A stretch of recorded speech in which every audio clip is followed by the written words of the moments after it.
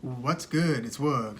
I wanted to say rest in peace to the legendary guitarist Jeff Beck, who just passed away at 78 years old. And I just want to talk a little bit about what I find to be interesting about Jeff Beck and his career. He's kind of a guitarist, as in he is your favorite guitarist's favorite guitarist, as opposed to, somebody who is as remembered by casual music fans as some of his, his peers.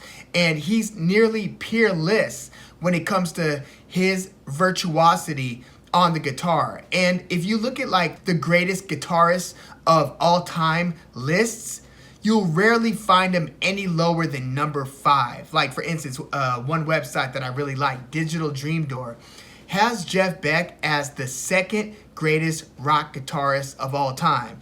Rolling Stone lists Jeff Beck as the 5th greatest guitarist of all time. So in terms of being held in esteem, he's about as good as it gets. Like, usually you'll find Jimi Hendrix at the very top, at least of most lists. Sometimes you might find Stevie Ray Vaughan or maybe even Jimmy Page of Led Zeppelin. But, in that group where you'll usually find the same names, you'll find, obviously Jimi Hendrix, Eric Clapton, Ritchie Blackmore from Deep Purple. You'll sometimes even find David Gilmour from Pink Floyd start picking up. You might see Duane Allman, Chuck Berry, Prince, Freddie King. You'll find a lot of the same names like in the top 20, Brian May from Queen, but you will often find Jeff Beck near the tip top. Again, usually no lower than 5. So why isn't he as remembered by casual fans? Well, the answer to that is,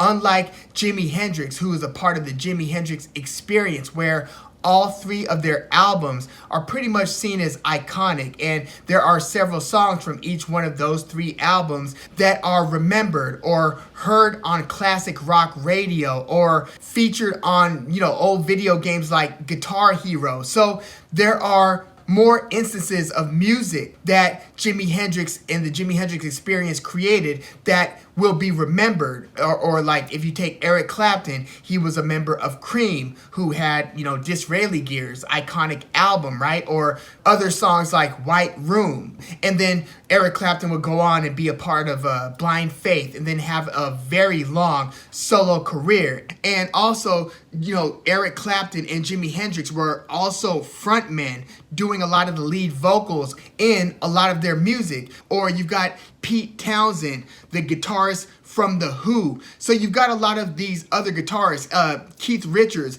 guitarist for the Rolling Stones. A lot of these guitarists are attached to bands with iconic discographies. That wasn't so much the path that Jeff Beck found himself on. Now, he was a member of the Yardbirds. Yardbirds were an iconic guitar-led band of the early to then mid and even a little bit late 60s. So you have the guitarists, and the lineage of guitarists in the Yardbirds went Eric Clapton in the early to about 64, 65, and then he went on to, start the band Cream.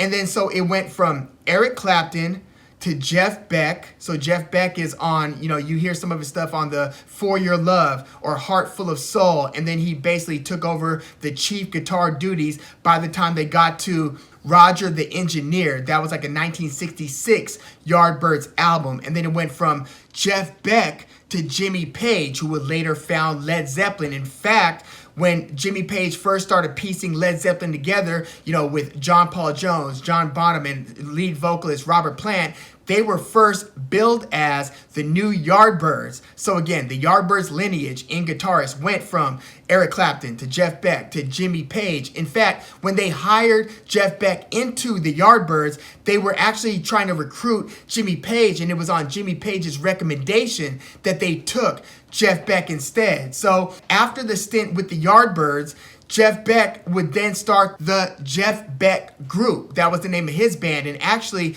their first 2 albums, Truth and Beck Ola, were fronted by then new lead vocalist Rod Stewart. So Rod Stewart is actually singing lead vocals on Jeff Beck Group's first two albums. And then there would be different iterations of Jeff Beck Group. And the styles of the third and fourth Jeff Beck Group albums was very different than the first two. The first two were more just straight up rock and rollers. The third and fourth were a lot more R&B / rock and roll. So, a lot of this depends on the other instrumentalists that you have playing with you. But Jeff Beck has collaborated with some of the who's who of the best session musicians and best musicians that would kind of go from band to band, like Max Middleton or Bobby Tench, who would later play guitar for Van Morrison. Jeff Beck also collaborated with, he had a short stint in a trio group called Beck, Bogert, and Appice. That's Carmen Appice, the drummer,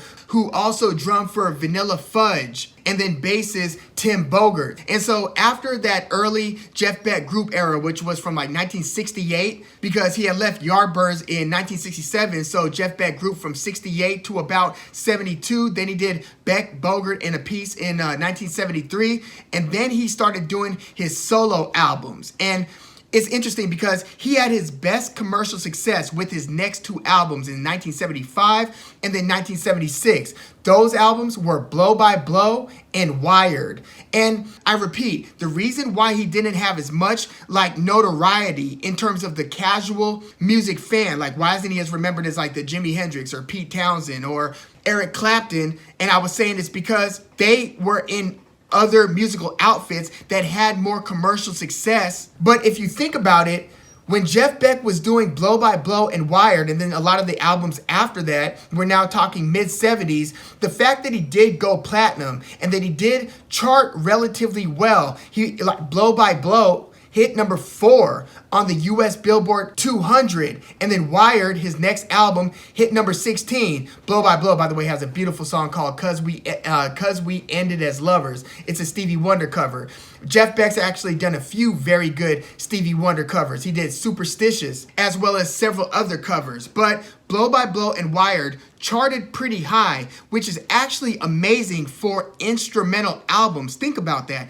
What artist today could do a purely instrumental album and still sell well enough to like either go platinum or to chart in the, the top 5 on the Billboard 200? So that's how respected and innovative Jeff Beck was on the guitar. Like, if you ask other great guitarists, like Eric Clapton, like the other guitarists, they swear by Jeff Beck. They talk about how much of a virtuoso he was, how much different he made whatever band he was in because of how he was thinking musically and could play alongside a lead singer without stealing the show, but still accenting and augmenting the lead singer's ability with his guitar playing enough to where it enhances the overall listening experience. So if I were to point you to Jeff Beck's solo albums, just go right into Blow by Blow and Wired. I still get a lot of enjoyment listening to those albums. I mean, on Blow by Blow, he's got a brilliant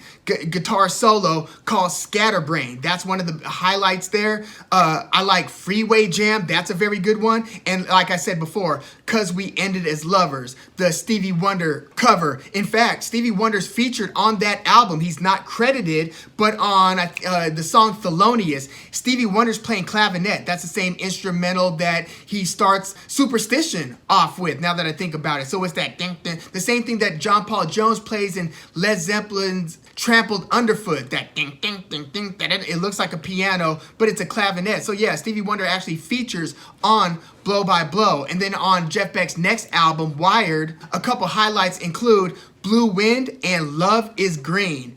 I love those two Jeff Beck albums. But yeah, also get into some of that Jeff Beck Group. You might find that you like that little stint in Jeff Beck's career, especially those third and fourth albums. You would think that I would say go for the ones that Rod Stewart is doing the lead vocal, but I actually like the third and fourth Jeff Beck Group albums more. That's Rough and Ready, and then the album titled Jeff Beck Group. Those are from 1971 and 72. But one of the biggest highlights of Jeff Beck's career was way before that. It was in 1967 when he and his friend, by the way, he met Jimmy Page, his friend, through Jeff Beck's sister. So Jeff Beck's sister introduced Jeff Beck to Jimmy Page, but they had like a lot of musical respect for one another. So in the late 60s, we're talking 67, Jeff Beck and Jimmy Page collaborate on Beck's Bolero. That is one of the most iconic pieces of Jeff Beck's entire discography,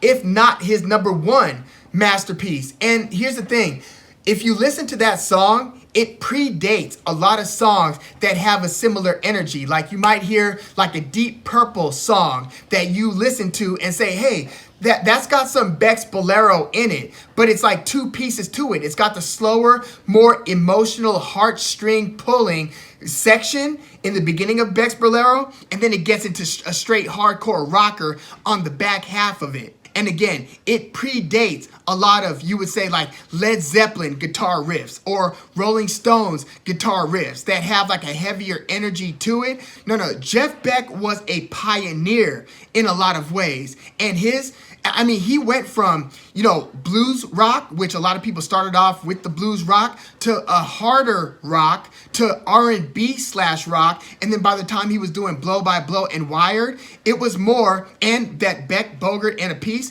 you could say that it was like a rock jazz fusion. So this guy was really bending a lot of the rules and kind of making hybrid music using various genres. Very creative, very just thoughtful music made by Jeff Beck. So yeah, I don't want any of that to go unnoticed. But yeah, take a dive through his discography. And it's funny, I think it was Ozzy Osbourne or Black Sabbath's latest album or something very new from Ozzy or Black Sabbath, Jeff Beck actually featured. It was on Ozzy Osbourne, I want to say Patient Number 9.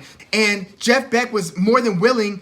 When he was asked to become a part of the album, he was down, and Ozzy Osbourne was actually reluctant and too nervous to ask Jeff Beck to feature on his project. So the fact that the iconic Ozzy Osbourne was a little shy about asking Jeff Beck to join in and feature on his album, that should tell you the respect and the esteem that Jeff Beck is held in. He's also featured on work by like Buddy Guy, Diana Ross, The Pretenders, Stanley Clarke, again, Stevie Wonder. He featured on that album Talking Book, the song Looking for Another Pure Love. He's collaborated with Tina Turner on the Private Dancer album, collaborated with Kate Bush, Seal, several others. But yeah, Jeff Beck is about as great as it gets on the guitar. And pull up any, greatest, you could just Google greatest guitarist, and I almost assure you Jeff Beck is going to be in that top 5. So yeah, the music world, the music universe lost a absolute legend. And I just want to say rest in peace and condolences to Jeff Beck's family. And I would really encourage everybody to take a deep look and a deep dive into the music of Jeff Beck. It's pretty phenomenal, especially when you contextualize it and factor in that he was doing a lot of this before a lot of others started doing it. Like even today, I listen to, like, for instance, Buckethead albums that are largely instrumental. Most of Buckethead's albums are nothing but, instrumental work, and it's hard to chart high. So again, kudos to Jeff Beck for charting as high as he did on instrumental albums. But when I listen to Buckethead, who's one of my favorite guitarists, I can't help but also think about Jeff Beck at the same time, because you could, again, trace the influences from a lot of today's and even, 80s, 90s, some of the greatest guitarists, especially some of the ones that do some of the busiest work, from Joe Satriani to Steve Vai to Joe Petrucci to even Eddie Van Halen. They all have some roots in Jeff Beck and Jeff Beck's music. But yeah, let me know what you think about Jeff Beck. Please point out the highlights as you see it. Give me any Jeff Beck stories or just anecdotal references about Jeff Beck. Please let me know in the comments. Like the video, subscribe to the channel if you love music like I do. Rest in peace to the great Jeff Beck. I'm Woog. Thanks for tuning in.